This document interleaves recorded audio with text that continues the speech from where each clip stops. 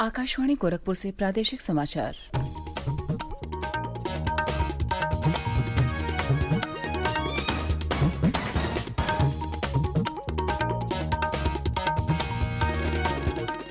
नमस्कार, समाचार बुलेटिन के साथ में शिवानी अरोरा। पहले मुख्य समाचार। मुख्यमंत्री योगी आदित्यनाथ ने वाराणसी में एकीकृत पैक हाउस से आम और हरी सब्जियों के कंटेनर्स को हरी झंडी दिखाकर किया रवाना। कहा, पिछले 3-4 वर्षों में प्रदेश के निर्यात में हुई 400 गुना से अधिक की वृद्धि। मुख्यमंत्री ने जल जीवन मिशन और नमामि गंगे परियोजना की प्रगति की समीक्षा की। हर घर तक नल से जल पहुंचाने के प्रयासों को और तेज करने के दिए निर्देश। प्रदेश सरकार ग्रामीण क्षेत्रों में भूमि विवादों में कमी लाने के लिए चला रही है वरासत अभियान। वर्षों से लंबित वरासत के मामलों का 31 जुलाई तक किया जाएगा निःशुल्क निस्तारण। और मौसम विभाग ने आज पश्चिमी उत्तर प्रदेश के कई स्थानों पर और पूर्वी उत्तर प्रदेश के कुछ स्थानों पर वर्षा होने का जताया अनुमान। अब समाचार विस्तार से। मुख्यमंत्री योगी आदित्यनाथ ने कल वाराणसी के एकीकृत पैक हाउस से आम और हरी सब्जियों के कंटेनर्स को हरी झंडी दिखाकर रवाना किया। इस अवसर पर अपने संबोधन में उन्होंने कहा कि उत्तर प्रदेश के किसान पूरे देश के लिए 20% खाद्यान्न का उत्पादन करते हैं। उन्होंने कहा कि सरकार किसानों के हित में अनेकों योजनाएं संचालित कर रही है। श्री योगी ने कहा कि सरकार के लगातार प्रयासों से पिछले 3-4 वर्षों में प्रदेश के निर्यात में 400 गुना से अधिक की वृद्धि हुई। आज उत्तर प्रदेश 19,000 करोड़ रुपए के कृषि उत्पाद को एक्सपोर्ट कर रहा है और आने वाले समय में एक लक्ष्य लेकर के कि हम इसको दोगुना कर सके, इस दिशा में एक नया प्रयास जो प्रारंभ हुआ है। आज एक श्रृंखला जिसे मार्च 2023 में प्रधानमंत्री मोदी जी ने लोकार्पित किया था, वाराणसी के पैक हाउस को आज यहाँ पे 3 कंटेनर लगभग 30 टन सब्जी, फल और हरी मिर्च लेकर के वैश्विक बाजार में लेकर के जाने जा रहा है। इसके लिए इस अवसर पर मैं आप सभी अन्नदाता किसानों का हृदय से अभिनंदन करता हूं। मुख्यमंत्री ने कहा कि देश के 12 करोड़ किसानों को प्रधानमंत्री किसान सम्मान निधि का लाभ मिल रहा है। इस योजना के तहत किसानों को हर वर्ष 6,000 रुपए की धनराशि उपलब्ध कराई जाती है। मुख्यमंत्री ने कहा कि सरकार प्रदेश में कृषि क्षेत्र को मजबूत करने के लिए वेयर हाउस और कृषि उत्पादों को निर्यात की सुविधाएं देने के लिए लगातार कार्य कर रही है। उन्होंने कहा कि वाराणसी में पैक हाउस और कार्गो की सुविधा शुरू होने से पूर्वी उत्तर प्रदेश के किसानों को लाभ हो रहा है। वाराणसी में पहले सुविधा नहीं थी। पूर्वी उत्तर प्रदेश के किसान चाहते हुए भी अंतर्राष्ट्रीय बाजार में अपने उत्पाद को नहीं भेज सकते थे, लेकिन इसके लिए पत्राचार हुआ, आदरणीय प्रधानमंत्री जी का आशीर्वाद प्राप्त हुआ। आज वाराणसी में इसकी सुविधा प्राप्त है। 2020 से लगातार वाराणसी और पूर्वी उत्तर प्रदेश किसान यहाँ की कार्गो की सुविधा का लाभ प्राप्त कर रहा है, और वह भी बहुत कम दाम पर, जिसमें प्रदेश सरकार भी प्रति किलो 15 रुपए की सब्सिडी उन्हें उपलब्ध करवाती है। एक्सपोर्ट में 15 रुपए की सब्सिडी उपलब्ध करवाने का कार्य कर रही है। मुख्यमंत्री योगी आदित्यनाथ ने कल लखनऊ में अपने सरकारी आवास पर एक उच्च स्तरीय बैठक में जल जीवन मिशन और नमामि गंगे परियोजना की प्रगति की समीक्षा की। उन्होंने हर घर तक नल से जल पहुंचाने के प्रयासों को और तेज करने के लिए आवश्यक दिशा निर्देश दिए। मुख्यमंत्री ने कहा कि जल जीवन मिशन के तहत प्रदेश के ग्रामीण क्षेत्रों में 2,65,00,000 परिवारों तक नल से जल पहुंचाने का लक्ष्य निर्धारित किया गया है। उन्होंने कहा कि अब तक 1,30,00,000 तक नल से जल पहुंचाया गया है। मुख्यमंत्री ने कहा कि पिछले वर्ष अप्रैल में प्रदेश में औसतन 22,714 नल कनेक्शन हर माह लगाए गए, जो इस वर्ष मई में करीब 13 लाख प्रति माह तक पहुंच गए हैं।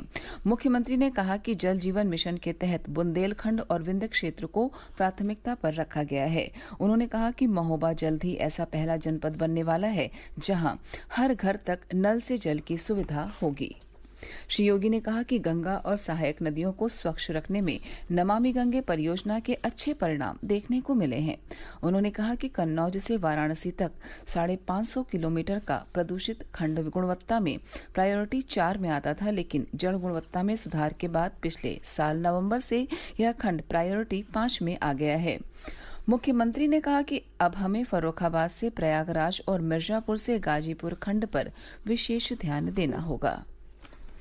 केंद्रीय वाणिज्य और उद्योग एवं कपड़ा मंत्री पीयूष गोयल ने कल ग्रेटर नोएडा में India expo centre and mart में हस्तशिल्प निर्यात संवर्धन परिषद द्वारा आयोजित Indian fashion jewellery and accessories fair के 17वें संस्करण का उद्घाटन किया।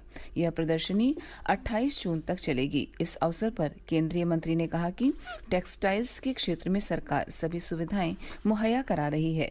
उन्होंने कहा कि भारत का टेक्सटाइल्स निर्यात आगामी 5 से 6 वर्षों में 2 गुना हो जाएगा। इस क्षेत्र में युवाओं को रोजगार के अवसर भी सुलभ हो रहे हैं।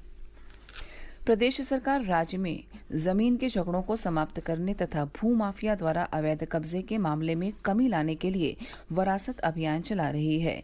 2 माह तक चलने वाले इस अभियान की शुरुआत 30 मई को हुई थी, जो 31 जुलाई तक चलेगा। अभियान के तहत प्रदेश के सभी ग्राम सभाओं में कई सालों से लंबित पड़े वरासत के मामलों का निस्तारण किया जा रहा है। प्रादेशिक समाचार आप आकाशवाणी गोरखपुर से सुन रहे हैं। यह समाचार बुलेटिन हमारे YouTube channel AIR news Gorakhpur और ट्विटर हैंडल AIR News_GKP पर भी उपलब्ध है। प्रधानमंत्री नरेंद्र मोदी के नेतृत्व में केंद्र सरकार के 9 साल पूरे होने के उपलक्ष्य में भाजपा देश भर में व्यापक जनसंपर्क अभियान चला रही है। इसी क्रम में कल मुख्यमंत्री योगी आदित्यनाथ ने वाराणसी में जनसभा को संबोधित किया। उन्होंने कहा कि प्रधानमंत्री नरेंद्र मोदी के नेतृत्व में आज भारत हर क्षेत्र में विकास के नए कीर्तिमान बना रहा है। उन्होंने कहा कि पिछले 9 वर्षों में वैश्विक पटल पर भारत की प्रतिष्ठा बढ़ी है। श्री योगी ने कहा कि केंद्र और राज्य सरकार की अनेकों कल्याणकारी योजनाओं का लाभ आज प्रदेश के सभी पात्र लोगों को मिल रहा है। उन्होंने यह भी कहा कि वाराणसी बुनियादी ढांचे के विकास में मॉडल शहर के रूप में उभरा है।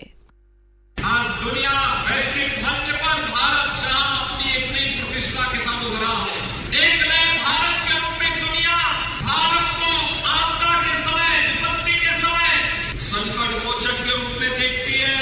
वहीं दूसरी ओर भारत की सीमाओं की सुरक्षा, सुदृढ़ होती हुई सीमाएं, आज कोई दुश्मन भारत की सीमा में घुस करके भारत की सीमाओं पर कब्जा नहीं कर सकता। भारत के नागरिकों की सुरक्षा में सेंध नहीं लगा सकता।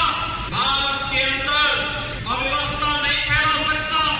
आतंकवाद, अलगाववाद और नक्सलवाद और यकीन की वसूबंदी आ रही है। आज भारत ने अपनी स्वायत्त आर्थिक सुरक्षा को सुदृढ़ किया है। तो भाइयों बहनों, इंफ्रास्ट्रक्चर का मॉडल क्या होना चाहिए? वाराणसी इसका एक उदाहरण है। जनसभा को प्रदेश के कृषि मंत्री सूर्य प्रताप शाही और केंद्रीय स्वास्थ्य एवं परिवार कल्याण राज्य मंत्री और आगरा से सांसद SP सिंह बघेल ने भी संबोधित किया। इससे पूर्व मुख्यमंत्री श्री योगी ने वाराणसी में काशी विश्वनाथ मंदिर और काल भैरव मंदिर में दर्शन पूजन भी किया। पश्चिमी उत्तर प्रदेश के कई जिलों में कल भी तेज वर्षा दर्ज की गई। मुजफ्फरनगर में पिछले 2 दिनों से लगातार हो रही बारिश से जगह जगह जलभराव होने के समाचार हैं। सहारनपुर, मेरठ, गाजियाबाद और आसपास के जिलों में भी रुक रुक कर वर्षा हो रही है। पूर्वांचल के गोरखपुर, कुशीनगर, वाराणसी और आसपास के जिलों में कल भी दिन भर बादलों की आवाजाही जारी रही। पूर्वी उत्तर प्रदेश में अब तक औसत से आधी से भी कम वर्षा हुई है, जबकि पश्चिमी उत्तर प्रदेश में औसत से अधिक वर्षा दर्ज की गई। मौसम विभाग ने आज पश्चिमी उत्तर प्रदेश में कई स्थानों पर वर्षा होने का अनुमान जताया है, जबकि पूर्वी उत्तर प्रदेश के कुछ स्थानों पर बारिश होने के आसार हैं। भारतीय जनता पार्टी के वरिष्ठ नेता और राज्यसभा सांसद हरद्वार दुबे का कल निधन हो गया। वे 74 वर्ष के थे। स्वर्गीय दुबे काफी समय से बीमार चल रहे थे। कल सुबह लगभग 4:30 बजे दिल्ली के एक अस्पताल में उन्होंने अंतिम सांस ली। मुख्यमंत्री योगी आदित्यनाथ, गृह मंत्री अमित शाह, भाजपा के राष्ट्रीय अध्यक्ष JP नड्डा और प्रदेश अध्यक्ष भूपेंद्र सिंह चौधरी ने उनके निधन पर गहरा शोक व्यक्त किया है।